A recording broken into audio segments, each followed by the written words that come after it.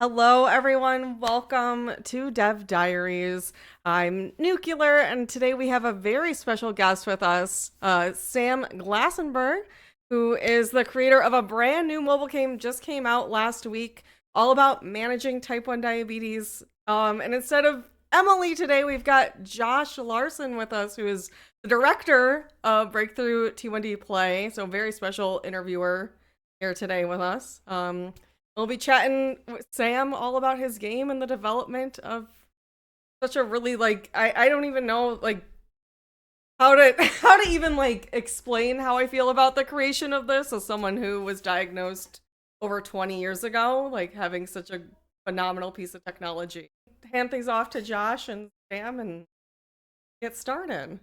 I have been personally very excited about this moment for years since first meeting Sam, and this was an idea in his head. And now to see it be a reality is an absolute milestone, enormous step forward, and a very special thing at the intersection of T1D and games, which is what this program and what many of us attached to this are all about. So, but with that, welcome, Sam. How you doing this Monday morning? Fantastic. Great to be here. Thank you for having me. And so, Sam, love to hear a little more of. I'm a big fan of origin story and going back to how things got started. Tell us about games. Go back. Like, what's your early experiences in playing games? What got you in? What kind of got you hooked? All the way back. Really I mean, good. look, All the way back. Yes. I was like a PC gamer in the 90s, Mhm. and Duke Nukem and Carmen San Diego and King's Quest. Yeah, it was great. No, so I got into the games industry by accident. Okay. I mean, I was a gamer like anyone else. I wasn't like this is what I want to spend my career doing. I did computer animation as a hobby when I was studying engineering. I'd done computer animation as a hobby since high school. I wanted to work for Pixar or ILM. I applied at Lucasfilm. I think I applied to join ILM as an animator, and I actually got hired at LucasArts, uh, which was just like they're like, oh hey, well, how would you like to work in the games division? And I was like, sure. And then once I got there, I discovered that the challenges that games were facing, like the problems to solve, were so much more interesting than what they were dealing with in feature film. So yeah, I started out flying spaceships for Star Wars games on like PlayStation 2 before the original Xbox came out. And then used to run the DirectX graphics team at Microsoft for many years. Ran a mobile social game company after that did games for all the big Hollywood movies: Hunger Games, Mission Impossible, Rocky. Amazing. And so, and LucasArts. So were you in the Bay Area then over that Yeah, stretch? that was before they moved into the Presidio, so we were up in Marin. Oh, right. Okay. Yeah, Lucas Valley Road. So we have there's a lot of roots in LucasArts. Dan Connors, Yep. co-founder of this program, cut his teeth in the early days of LucasArts as well. Did you guys overlap there? And I think you guys were different times. I think we concluded we didn't. Phases. Yeah. What Star Wars titles were you working on in those days? Oh, it was between episode 1 and episode 2. Yeah. So I worked on Jedi Starfighter mostly, but also helped out on Obi-Wan and a few other titles. But I remember like we were looking at, concept art from episode 2, and I was like, there's no way that this movie is going to be this. Because I mean, this was like the special effects at the turn of the millennium. What they did in episode 2 with those like crazy battle scenes had just never been done before. And then I'm also just a huge Star Wars nerd, so I could take this couple hours in that direction as well. Yeah, no, yesterday, like my daughters and I, we were all just catching up on.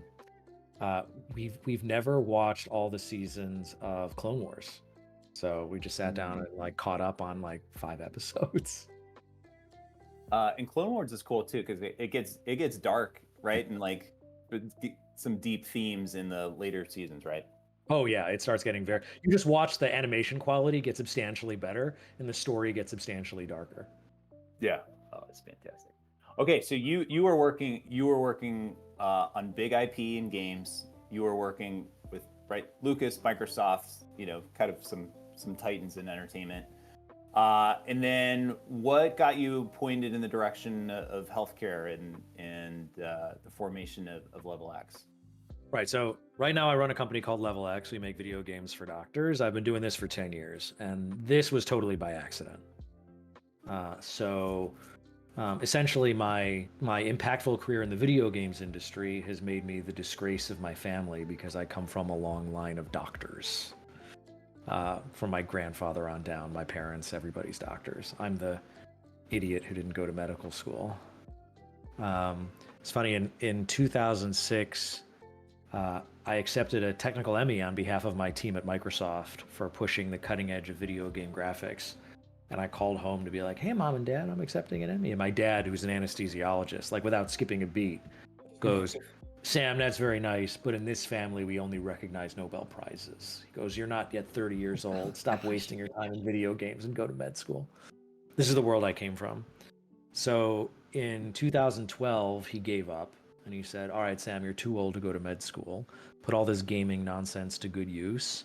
Make me a game to train my colleagues to do a fiber optic intubation. It's a tricky procedure. It's kind of obscure. I'm busy running this Hollywood game company. Out of guilt, I throw together this game for my father about fiber optic laryngoscopy. I make it in like 3 weekends in Unity. I upload it to the App Store. I don't think about it again. And then 2 years later, he calls me up to be like, hey, how many people downloaded that game you made for me? And I was like, I don't know, Dad, I'll check. And we had 100,000 doctors, nurses, and airway specialists worldwide who'd been playing. Yeah, it was like this. It was crazy. Like this thing I made for my dad out of guilt to get him off my back ended up being like, no, look, in games, like we've all made games that are played by like tens of millions of people, but doctors, healthcare professionals, like rallying an audience of 100,000 in a video game has never been done before. Wow. So I was like, okay, this is interesting. And so that was the motivation for starting Level X. What if it wasn't just me, right? What if we took the top video game designers, artists, engineers who've worked on everything from Mortal Kombat to Words with Friends, and team them up with hundreds of physician advisors across every major specialty to basically capture the challenges of medical practice using video games. So yeah, we got like millions of medical professionals playing now. We work with all the major, we've worked with all the major med device, life science companies, NASA, training, doctors using video game mechanics. And they are able to get CME credit, right? These in the game there. Yeah, these are the only video games you can earn continuing medical education credit toward renewing your medical license from playing a video game. Like doctors have every 2 years, they need usually about 100 credits to renew their license, and so now you can do it from like literally playing a mobile video game. Someone very outside the medical field, that sounds like a pretty prestigious accomplishment for a mobile game. It is a big first, and I would say, look, the video games industry is decades ahead of the state of the art in healthcare, and so whatever we can do to close that gap, it is very like doctors. Like the way doctors earn CME is like they attend lectures, and that's pretty much it. 10 lectures, take a quiz at the end, like take these basically very, very dry courses. And I don't know, like your results on a multiple choice test don't necessarily like validate your skills as let's say a surgeon or a diagnostician. So that's where puzzle games, strategy games are way more effective at that. One thing that resonates on my end is family of healthcare. So father was a doctor, mom was a nurse, sister's a nurse. I was the black sheep who was in games, and they really never understood what I did. Yeah. For a living, my hope is, and my parents have passed on, but my hope is they're proud of how I brought this full circle to leverage games towards better health outcomes. Yeah. I mean, Breakthrough T1D Play is like one of the is the great showcase for using video games as a fundraising medium. Like I've never seen anyone do it as well as Breakthrough T1D Play does. I mean, here we are on Twitch. This is awesome. Josh and I talk about this all the time, where if you're not in the industry, it's really hard sometimes to grasp just how powerful video gamers can be with, in our case, fundraising. In your case, helping doctors and patients better understand, medical procedures or taking care of type 1 diabetes. That's great. Like the video games industry is bigger than the movie and music industry combined. And that's in terms of revenue, in terms of like Right. hours spent and everything, Hours spent. it's crazy. And it's just a completely ignored medium when it comes to things like fundraising and, you know, other important, important endeavors for society. So kudos. Yeah, well said. Okay, and so Level X, there are now 4 games, right? Oh, for Level X? Focused on physicians, yeah. Yeah, a whole bunch. So we have, yeah. I think we have like 5 games just in the App Store, and then we do a ton of stuff using cloud gaming technology and web. We just showcased like a purely web game to train doctors and other medical professionals. Like it's a strategy game for how to combat vaccine hesitancy. That's not in the App Store. It's just like available for free on web. So like it's games. You know, they say like if they had a toaster oven with a screen and a button on it, people would make games for it. So like we make medical game content that runs pretty much everywhere. Yeah. All right, and I'm recalling you told me a story one time that really illustrates the potential for games and how retro, somewhat backwards, manually, physically, the medical. Do you think that's an appropriate story for this? You want to hear the pig in the box story? I want to hear the pig in the box story. I think. Oh boy. I think the channel should hear. Channel ready for pig in the box? I want to hear the pig in the box story now that we're the way we're like leading up to this. Put down your sandwich. I have actually pictures if you want to see it, but I'll spare everybody. So, all right, look, like I said, the video games industry is decades ahead. I love to just show side-by-side images of like an eye in Call of Duty and it looks totally realistic, and then an eye in a $250,000 medical simulator that literally like looks like a Nintendo 64 game. And you know, it's like huge gap. So there's one, and this is what Level X has been working on for years, is trying to close that gap. There's one exception to this, where we found a simulator, a medical training simulator that was like the most realistic thing we'd ever seen. And so we were building GastroX, our gastroenterology game. And one of the ways it's like if you want to ramp someone up on the video games industry, what do? You send them to GDC. So I have a team of game developers. I got to ramp them up on a new medical specialty because we're going to build a game for it. We send them to the conference. And we're headquartered in Chicago. All the big medical conferences are here. So great, there's a gastroenterology conference. We're going to make a gastroenterology game. Everybody go walk the show floor. And, you know, find like what are the things that doctors are excited about, they find interesting, what's challenging. So before we went, one of the gastroenterologists was like, look, if you're making a game about gastroenterology, you need to feature the argon plasma coagulator. It's literally like during a colonoscopy, it's a lightning gun. It's a plasma rifle, but it's super tiny. Oh. And it goes like up into the colonoscope. And at the very tip, like they use it to cauterize things. So like if there's a cut or something when you're doing surgery, you can cauterize it with a little lightning gun. So it's super cool. So the race is on. When our team hits the show floor, they're walking around trying to find a company that makes the argon plasma coagulator so they could check it out. They find a company that does, but one of my engineers does. But what's more exciting than the little tiny plasma rifle is the simulator that they're using to demo it. Now, this simulator, okay, I just like normally it looks like a PlayStation, but the controller is, instead of a game controller, it's an actual colonoscope. And as you turn the controller on the screen, there's like this super realistic rendering. Now, there's no blood, because blood is really tricky to simulate, but like the tissue moves realistically as they manipulate it. When they do the cauterization, you can see the smoke, like, you know, building up, and oh my gosh, like Andy goes nuts. We've never seen a medical simulator like this. And so he just bombards the guy with questions. What is this, Unity? Is this Unreal? Like NVIDIA? What is it? The guy he's talking to is like a sales rep. He doesn't know any of these questions. So finally he brings over the engineer from the team. And Andy, like our graphics dev, is like, hey guy, is this NVIDIA? What are you running here? Finally, after they talk over each other for a few minutes, the company rep goes, wait a minute. You do realize it's a pig in the box, right? And he goes, what do you mean? He goes, the day before the show, we take a slaughtered pig, we cut out its intestines, we sew it into the inside of this box. There's a pig in here. Like this box is not, nothing digital. It's a pig intestine. And we have to put in a new one every 3 days because it starts to smell.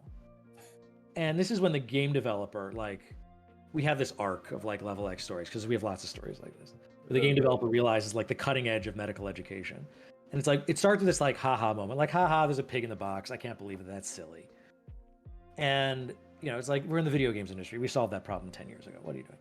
But then it's followed by this like pit in your stomach when you realize, wait a minute, you're learning how to use this thing on dead pig intestines. Dead pig intestines don't bleed.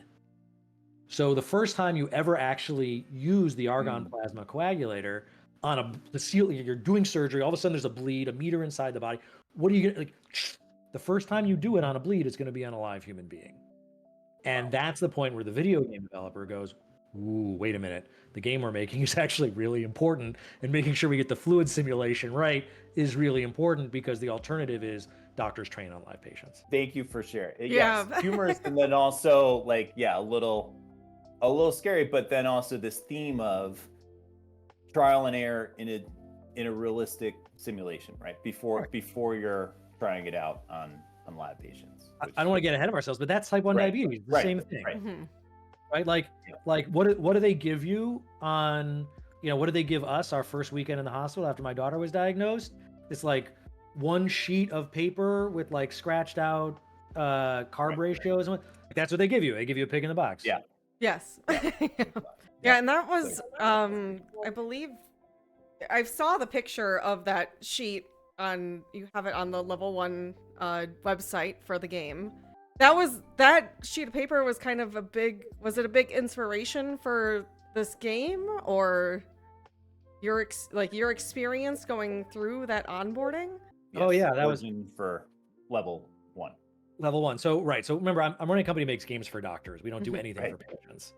And then 5 years ago, my 10-year-old, she's 10 now, she was 5 then, is diagnosed with type 1. So the first weekend in the hospital, we're in the hospital for 48 hours, and we caught it early because my wife is a pediatrician, and we were still totally overwhelmed. Like, it took us a year to understand in our heads, really how to manage this disease and what was going on. They give you, after the weekend, you get this cryptic sheet with all the here are all your carb ratios and correction factors, and only give a correction dose if it's been at least 3 hours since the last rapid acting insulin dose. You're like, what if she's 400? What am I supposed to do? Rounding rules. It's just so carb ratios, none of this is really explained. Eventually you figure it out, but you figure it out through trial and error. I mean, in our case, on your own kid. If you're generally older, you're figuring it out through trial and error on yourself. Which is a terrible feel. Aside from the fact that it results in bad outcomes, like lots of DKA and hypos in the first year and lots of ER visits, it's just like a terrible feeling. And Josh, I mean, coming from the video games industry, we're like, this is dumb. Video games, you want to talk about things that help you, what's the best way to develop a mental model? How do humans learn how to do things? When you get a phone, you don't go, oh, I'm going to read the manual. These things don't even come with manuals anymore. You go, I got to play with this. I'm going to play with it. I got to learn how it works. Anytime you get a piece of technology, I got to play with it. You learn type 1 diabetes through play, but you're playing with a live person. You should be able to play with it without a live person. And so it was like, we should have a video game for this. So finally, again, it took me a year, and I'm a computer scientist and my wife's a pediatrician. We're the diabetes dream team, and we were still just totally overwhelmed. And so it's like, yep, we got to fix this. Video games are the best way to do it. And then you were one of the first to relate and basically compare managing type 1 diabetes to playing a video game. You use the Flappy Bird example, right? That you're trying to keep right within a certain range, and that just clicked for me. It was, because if you're going out here, here's the tactics for going up. You're going high, here are the tactics for bringing it down. Here's some things that you missed or you didn't learn until month 9, right? So yeah, it's a very complex, punishing game experience.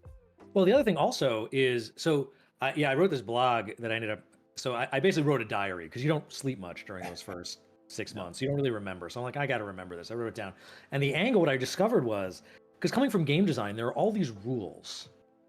In fact, actually, I think Noah Falstein, who was also at LucasArts, was like one of the like. There's like this movement of like rules of game design, and I think he started. And so these rules on like how to make great games, and there's a whole bunch of rules about the onboarding process, like how to make sure, because like games have gotten so good at making sure that like when you go into a game from the App Store, whatever, you click an ad, like that onboarding, that new user experience is excellent. And there are all these rules about how to make games fun and engaging and da-da-da.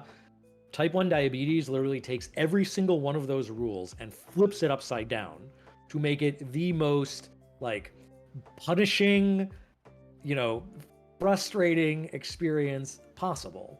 Like from every little thing, like when you, like one of the rules is when you start a game, you want to give the player an early win, right? Because like you get that sense of reward. You're like, I get the reward I'm gonna get from this game. All right, let's keep going. Yep, I can do like this. Some kind of early win. You get to like, shoot a boss or use something, or you get match 3 early on. You match the little the candies. It's like type 1 diabetes starts in the lose state. You're like, okay, your kid's blood sugar is 500, 600, whatever. You don't even know what that means, but you know that your score is bad, and that score is really important. It's like you start in the lose state, and it's all just downhill from there. Like the scoring, we call game loops, everything. So I wrote this blog. I put it. I uploaded it like a few months ago. Worstgameever.org, because that is what type 1 diabetes is. It's like the actually managing it is just like playing a terrible video game from which there's no escape. My previous role prior to being the director of the Play program at Congregate, a mobile games publisher, and I sat through a lot of game deconstructions led by people very, very smart, very analytical. That really, I got a good chuckle, but then also like nodding while reading your blog, because it was like, yeah, this is terrible. Yeah, it's basically like the format is essentially a game teardown, where you go and you're like you dissect a game, about like what makes it great. The like little subtle design decisions that just make it extra fun or extra rewarding, make you want to come back again. And like type 1 diabetes just takes all those things and just flips it. Yeah. Excellent. And so, and why I've in my games career have surrounded myself and tried to be near entrepreneurs, right? Because what I love about entrepreneurs and also entrepreneurial game developers, you see something in the world that can be improved. Like you see something, you're just not like, I'm not going to rest until I like do what I can to kind of address that. And so you have as you've gone through the experience, it's very clear, like this can be better. I have a path for doing that. So then talk us through the game design decisions, like the genre of game you chose, kind of particle puzzles. Okay, because it is this very complex thing. So what's the best way to give a visualization and a mental model for people of like what's going on in your system as you're injecting insulin and trying to account for all these things? Yeah, we started actually creating a bit of a dev blog on playlevel1.com to sort of walk through some of it. But yeah, so the first thing is like, okay, what is the mental model that you need? Right. And sort of I eventually over time like developed that. I think everyone does over time. Like you're sort of picturing like, glucose in the system and, insulin is moving in, but it's like kind of going slow, it moves more slowly than the food does. And food, different foods, you sort of picture them digesting at different speeds. Well, actually, there's a bunch of genres of games. So you always want to look for reference games. That's always how we like design starts. Like, what are the reference mechanics? And so we pulled from a bunch of different genres. One is particle puzzles, where like if you've ever played Where's My Water or Feed Me Oil or Frost, where there's just like thousands of particles. They're super rewarding and relaxing, and you're manipulating and you combine different things in different ways. And that's diabetes, right? Like you have, actually a lot of, at level X, we actually use this for a lot of what we call mechanism of action games. We're trying to explain complex biological systems to doctors because they need to understand how drugs work, or like how this category of drug works different from another category. So we use particle puzzle mechanics to do that. And so we had experience there, but there were other elements also that play specifically into type 1 diabetes. One is it's a rhythm game, right? It's all about timing, pre-bolusing, like all of this is around timing. There's a little bit element to sort of keep things in range. There's a little bit of Flappy Bird. There's also the element of you're not shooting for where the target is, you're shooting for the target is going. So if you think like missile defense, where it's not about trying to hit the missile where it is, you're trying to figure out where it's going to go and hit that. Right. So these were all some of the inspirations that came together to form the design. And so the game launched last week, iOS and also And Android. It is a free game. It is available globally, Sam? Yep, it's available globally. It's not yet localized. So it's all English and MG per DL for now, but we're working on that. Yeah. Yep. Yeah, and I would say for the play program, we're inherently global. Gaming is global, so that's our program is. That's some stuff down the road we get really excited about, of like localization, not only the metric calibration for glucose, but also like different languages. We want this. We're getting crazy demand for Spanish and Portuguese and French. And in my Congregate days, there was 2 levels. There were like a handful of language, eFigs, handful of languages you do, and then even some bigger releases was like a dozen plus, and you start to hit different parts of Asia and so forth. So yeah, but there's certain countries like India where type 1 diabetes, it's like it's that community is so big that so I'd love to get this in Hindi and other languages. Yeah, and India and certain regions have been part of a global access initiative at Breakthrough T1D, in part because the basics of finger sticks, access to insulin, educational components, diagnosis, like all of these things really can be very limited, and still in certain regions of the world a diagnosis can be a death sentence still. Yeah. And so like very excited about a tool like this to help in some of those regions as well. But this game has such depth. You get to, right, Sam, like 40 some levels. We're now up to 6, I think over 60 levels. Oh my god. Yeah, I mean they're short. Each one is like somewhere between usually 2 and 5 minutes. But we're covering it's a super simple game, but it covers every major topic from basic just dosing for food and managing highs or lows, all the way to like managing ketones when you're sick and dealing with exercise and all that niche nuance stuff. Yeah, wonderful. And so this might be like a starter course, and then we might do a stream. You're involved in Sam or others in the community, like going through some of the advanced concepts, because there's even like ketones that I now have a visualization in my mind that I never really had before for ketones and what these were and why it's an important thing to understand. I didn't really have that until playing the game. Yeah, it's just like we're seeing a lot of comments like this, which are I like comments like I've had this disease for 5 years and I learned something new in the first 20 minutes. Especially stuff like ketones is something that people really struggle with, because you get like hey, well, my blood sugar is pretty close to range, like within range, but I'm still like all of a sudden you start feeling sick and throwing up. It's like, oh, because your ketone levels are high.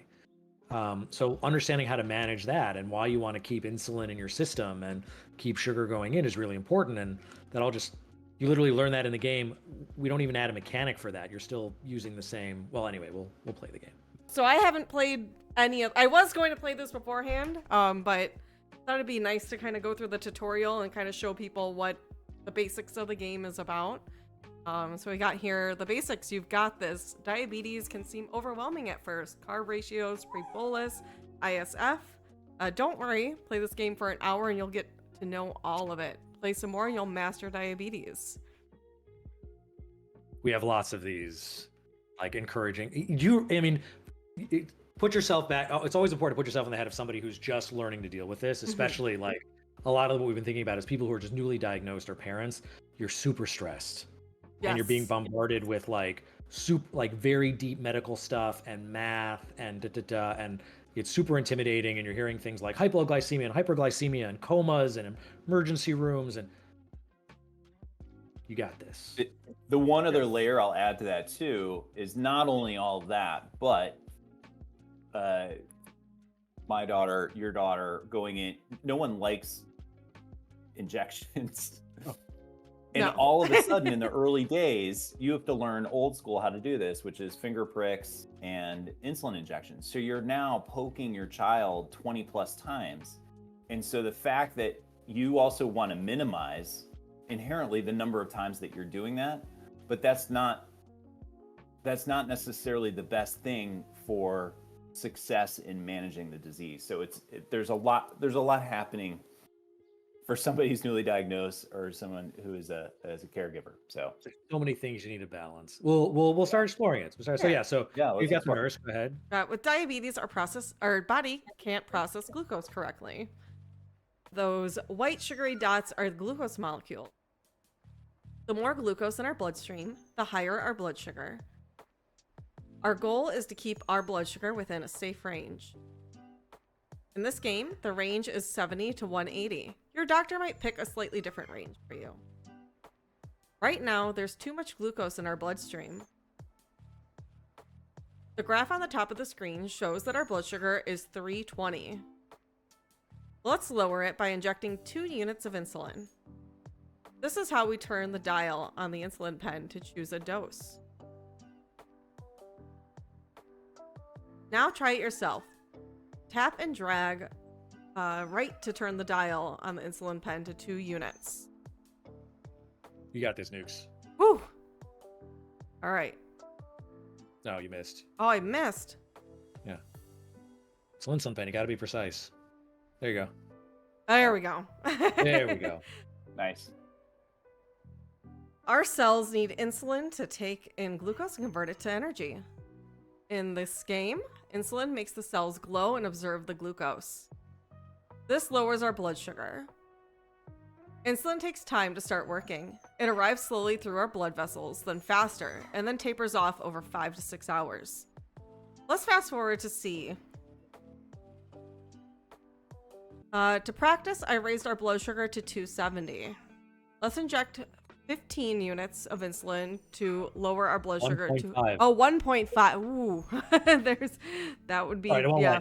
I was like, 15 is quite a lot there, considering we gave 2 units for 320, but that makes a lot more sense. What's clearer on the actual device screen than playing it over Twitch? All right. We've had 15 units on board recently. Yeah. After a good birthday party.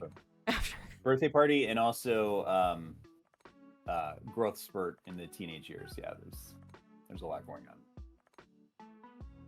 So what this is teaching you is like, and you'll get into this more, but so that's the whole game is played with your thumb. All you're doing is dosing insulin, but what's happening is you're starting to realize things like, oh yeah, foods digest at different speeds. Insulin, like, peak action at an hour, but then it's still in your system 5 hours later. So you got to be careful. You can still go low. Nicely done. Using insulin to bring down blood sugar when it's high is called a correction dose. Let's see our score. Yay! Good work. Early win. The only early win you're going to get.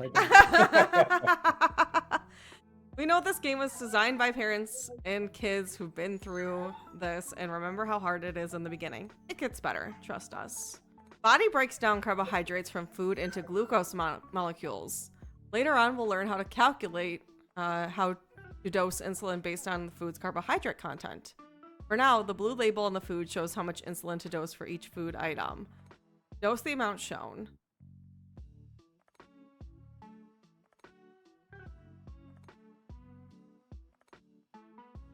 Got There's 2.5 units for a banana. Which just sounds like later it Game will of give us Diaries, like... You see there's like a lot of like, your doctor's going to give you your own numbers. Don't worry. Yeah. Like, this might not be the range you're given, but just to like develop that mental model. But yeah, you see it getting all ground up by the gears. That banana goes through pretty fast.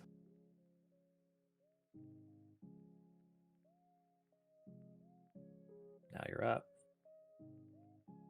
Got a unit for some popcorn. If you dose too early, you might go low.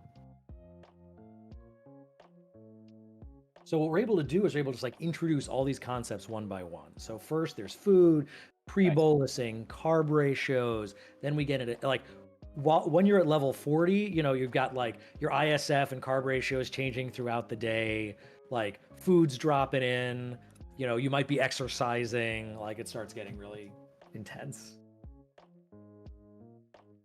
I like this too, this messaging that this game is not a test. You will fail the first time when you play certain levels. Just kind of like diabetes in real life. Sometimes you're not going to get it right. You're never going to be perfect with it. And yeah, diabetes management is like learning anything else. You'll make mistakes and learn them.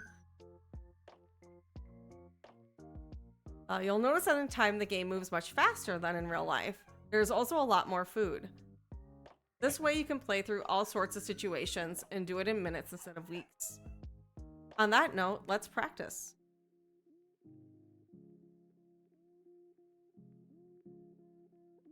That might have been a Breakthrough T1D note for like, it's a lot of food. This is the simulation. This is a lot of food. You don't necessarily consume Don't this eat this. amount. We're not advocating for eating this much Right. food. Please don't, yeah.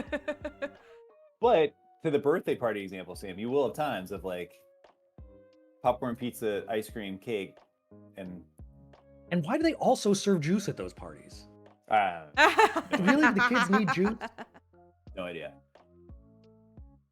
I Not to think take a tangent. actually, so some of that stuff's gonna digest kind of slowly. Yeah. Oh, you just Yeah, made we're it. seeing. There you I go, was yeah, you just hovering made a little around 70. And You here, actually Nukes, randomize it's the not- food, so some of those practice levels you're actually gonna fail the first time, and you're Don't gonna start hit- realizing, hey, I gotta watch out. This was the basics we did to practice, and then there's a section, I guess, for highs and lows.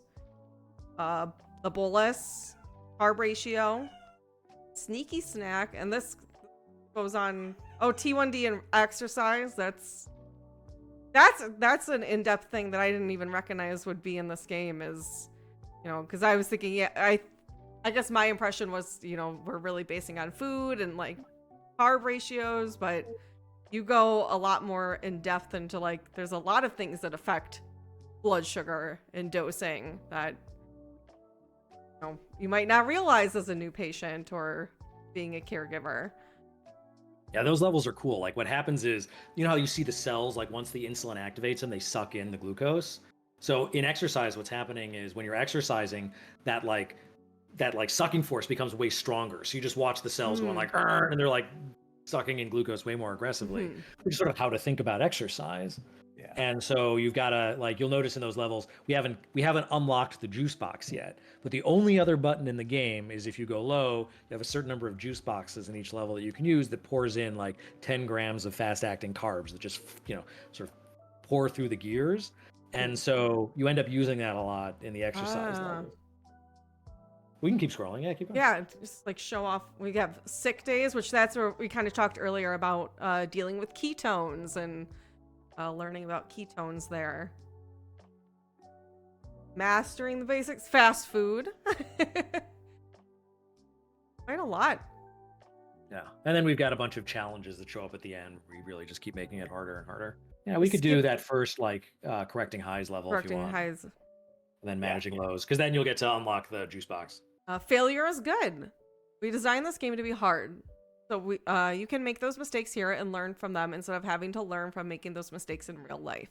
If you fail, just play that level again. Now let's learn more about correction doses. When our blood sugar is high, a correction dose will lower it. The more insulin we give, the more our blood sugar will drop. The insulin sensitivity factor, or ISF, is a number that tells us how much we expect our blood sugar to go down from each unit of insulin. The current ISF is shown here. ISF can change throughout the day, but for now, we'll stick with an ISF of 100. If our ISF is 100, it means that every unit of insulin will eventually reduce our blood sugar by around 100 points. For example, our current blood sugar is high 320.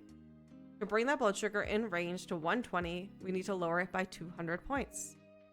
Our ISF of 100 tells us that the unit of insulin will lower it by 100 points, so we need 2 to lower it by 200. Give it a try. Inject a 2-unit dose.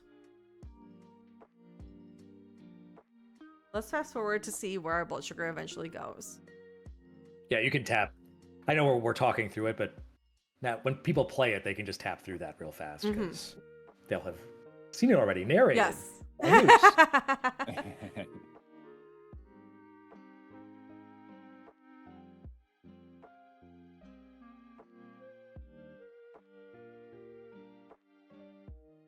Great, our dosage is correct. Let's calculate another correction dose. I'll raise blood sugar to 200. How much insulin do we need to lower our blood sugar to 150? That would be a half a unit. Nice. There's a lot of math Yes. and measurement in managing T1D. You have a question in chat asking, do the graphics or programming come first, or is it done in tandem? The first thing that happens is game design. So actually, what we did first, there's some, I think, images of it actually on the website. We actually did a game jam where we prototyped the game in 48 hours just to actually prove to ourselves that having just like what we call in video games a particle system, like just a bunch of particles floating around with cells of different behavior, would actually mimic the way insulin works. And so we did it, and you can see it, like the graphics are super crude, like super crude, but we were able to prove in 48 hours that at level X that like it's actually fun to play, and we're able to mimic, like, match glucose curves pretty well. And so once we did that, then we designed out the full game and implemented it. We actually, there was a separate sort of parallel exercise to figure out the visual style.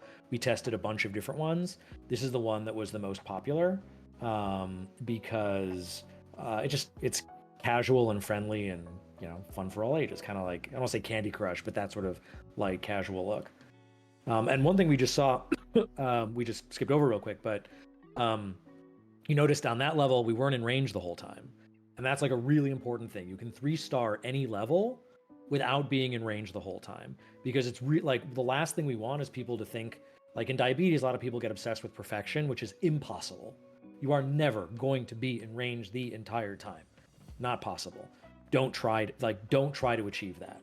And so in the game, you can always get 3 stars, top score, without being in range the whole time.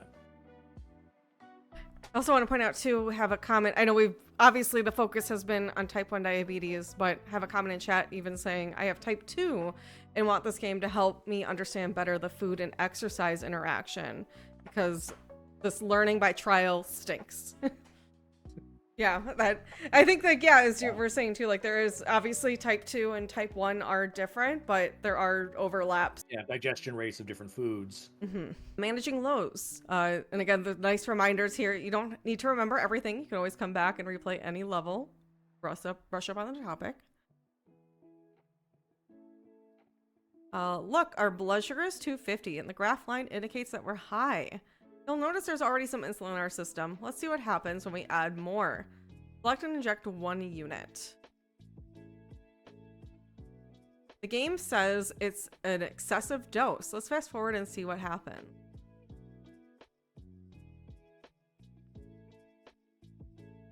I feel like almost every parent has the experience of learning insulin stacking by accidentally stacking insulin. 100%. Where you're just like, you're high, you're stubborn high, and you're like, here you go. And then, so now you can do it in a video game. Uh-oh, our blood sugar is low now. The graph dropped below 70. When we correct, it's important to think about insulin that still might be working through our body. If we stack up too much insulin, our blood sugar could go low. Pumps will help with this, but a good rule of thumb is to wait at least 3 hours in real life or 40 seconds in the game for our last insulin dose before correcting. Increase glucose levels, tap the juice button.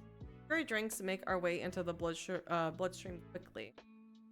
Boom, there it goes, straight through the gear. Our in-game juice box adds 10 fast-acting carbs every time. To help you avoid overusing juice, the button displays the recommended number of uses. Once the recommended uses are depleted, you'll start losing star ranks, so be careful.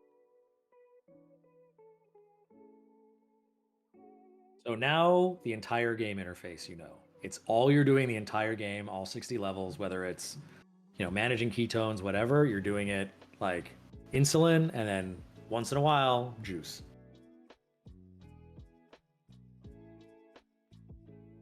Well, I guess there's the fast forward button, but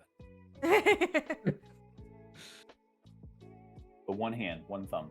yeah, the whole game, you're playing one thumb. Yep. That's it. But it's very important. Like, we did not want people, when on top of the fact they have to learn how to manage diabetes, we didn't want you to have to spend hours learning how to play the game. Like, the game should just be the most intuitive, easy thing possible. And I imagine too, you have to you take into consideration your target audience for this is going to be people who may have never really played a video game or only have played, like, as you were talking about, like Candy Crush, like more simple mobile game style.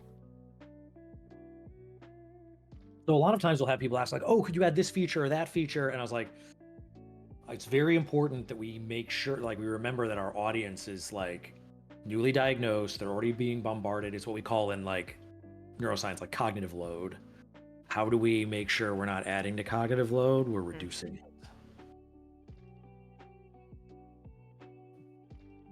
Now that you're getting the hang of things, we'll refer to things as their shorter nickname. Instead of grams of carbs, we'll say carbs. Instead of type 1 diabetes, we'll say T1D. Instead of blood sugar levels or blood glucose, we'll say BG short.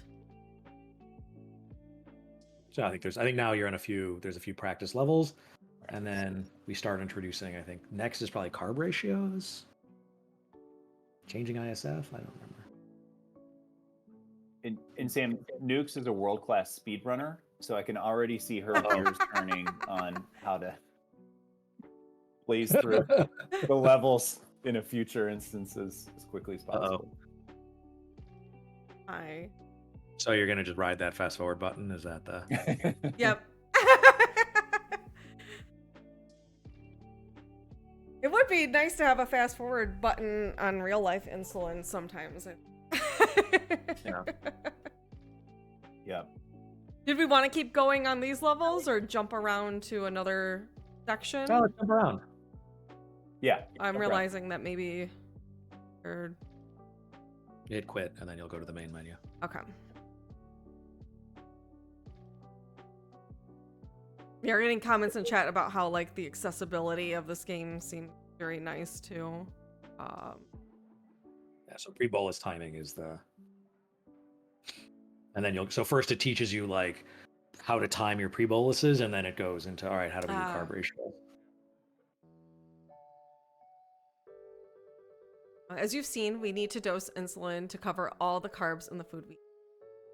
You may have noticed that glucose from food usually hits the bloodstream faster than insulin does. To avoid going high, we want to dose insulin before we eat, called pre-bolusing.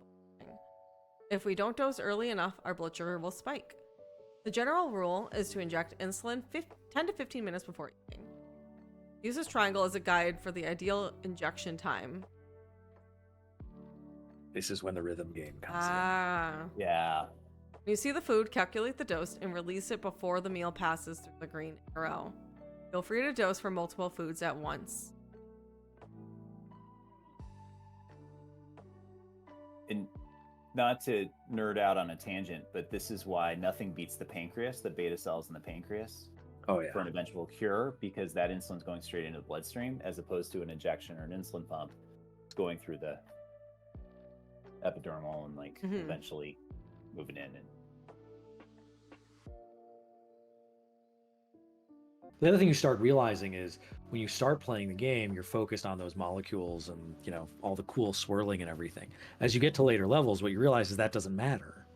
You don't have control over that, right? Like what matters is everything happening above that. What matters is the food on the conveyor, the timing on the conveyor, and your curve, which is actually the information you have access to in real life.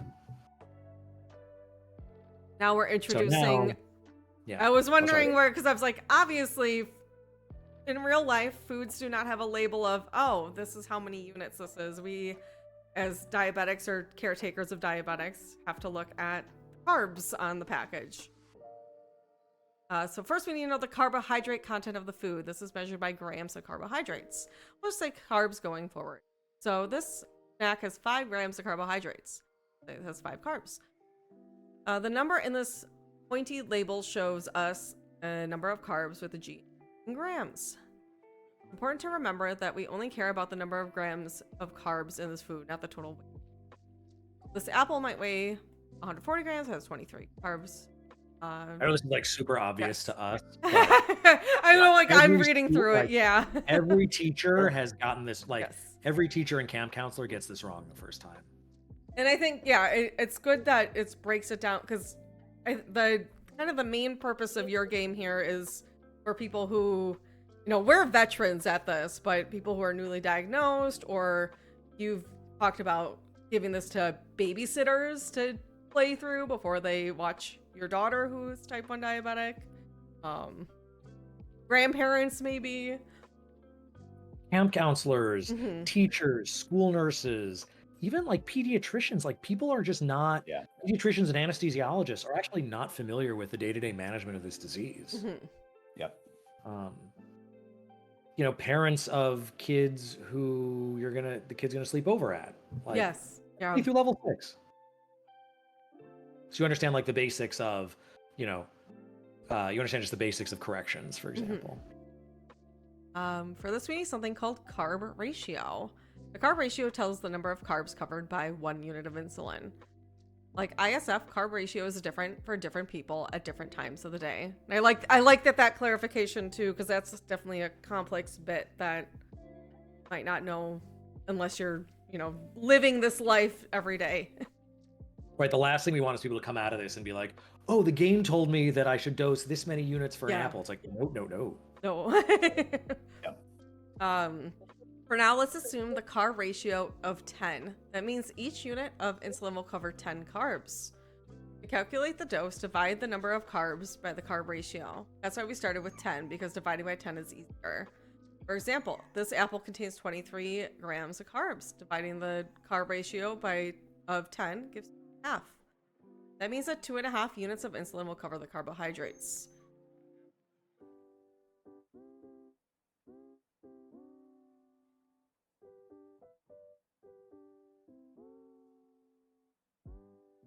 A lot of quick math. Sam, out of curiosity, where are you as a family in terms of measuring everything, looking at every label versus like your years in, you can kind of eyeball a plate and Yeah, it I mean, might we vary still, within the family too, right? yeah, I mean, we still have the, scale in the kitchen. Yeah. So there's still a lot of, but yeah, I mean, obviously, like we know all the rules of, I forget, like, your size of a hand of a slice of pizza, things like that. Generally, like the things we weigh are more things that are like more carb dense, like fruit and stuff that might be faster acting. But yeah, we're on, DIY loop, and we're, my own version I compile myself. I edit tweak the algorithm a little bit. I think this has been a really good introduction of what this game has and how deep it really goes. Our carb ratio may change throughout the day. In the game, our current insulin to carb ratio is shown next to the ISF. Right now, the carb ratio is 15. So you see how we're just slowly, like, this is sort of game design. We're slowly, like, mechanics stays the same, but we're, just like when you play Halo, like the guns get better and the enemies get more powerful. Like that's all right. Now you've got new tools and it's gonna get a little bit more difficult. You got to do a little bit more math.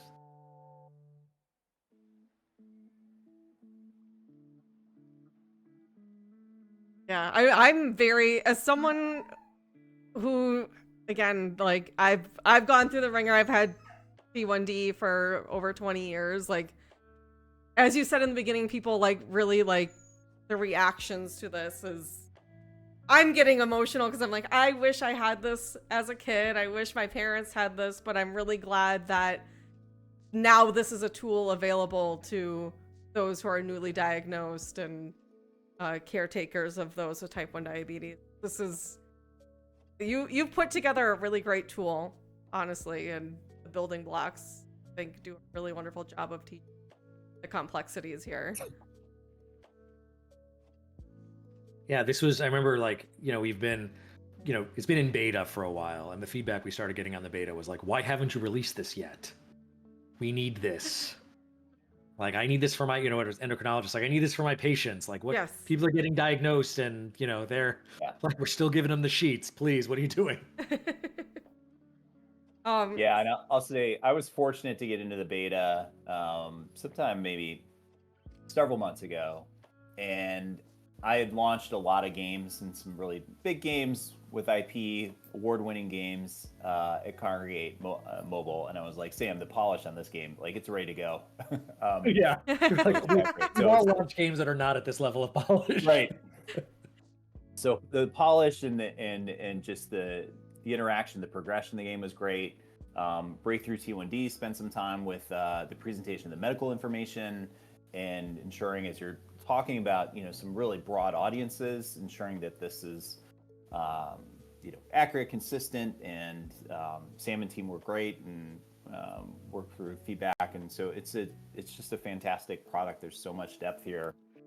Rarely do you see a mobile game at launch have kind of all those boxes checked. So super excited about where it might go. On that note, Sam, what so we mentioned localization possibly in the future. Are there other directions you all and the team are looking at in terms of what next for level 1?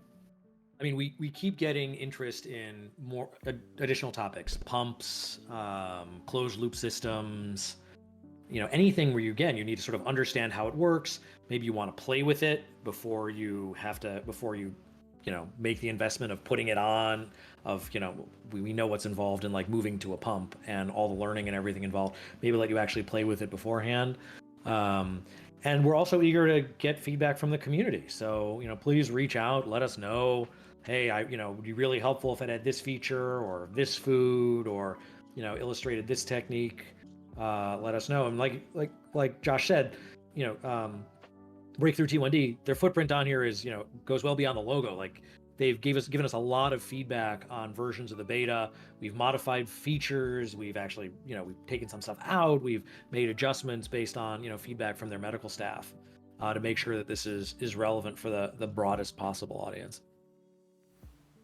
Wonderful. And for Breakthrough T1D Play, I'm really excited that we're building kind of a suite of assets, of game assets that are about representation, now education, kind of connection. If you look across Roblox, Breakthrough T1D World there, the Omnipod Bay Island and Animal Crossing, our Diabetes and Dragons, our D&D campaigns, and now level 1, like there's actually being in-game and through play, developing greater knowledge base, like improving everyday lives, making people feel better and more seen and more connected. Like these are all things that we care about and why we started the program. So it's just a wonderful milestone. Thank you, Sam.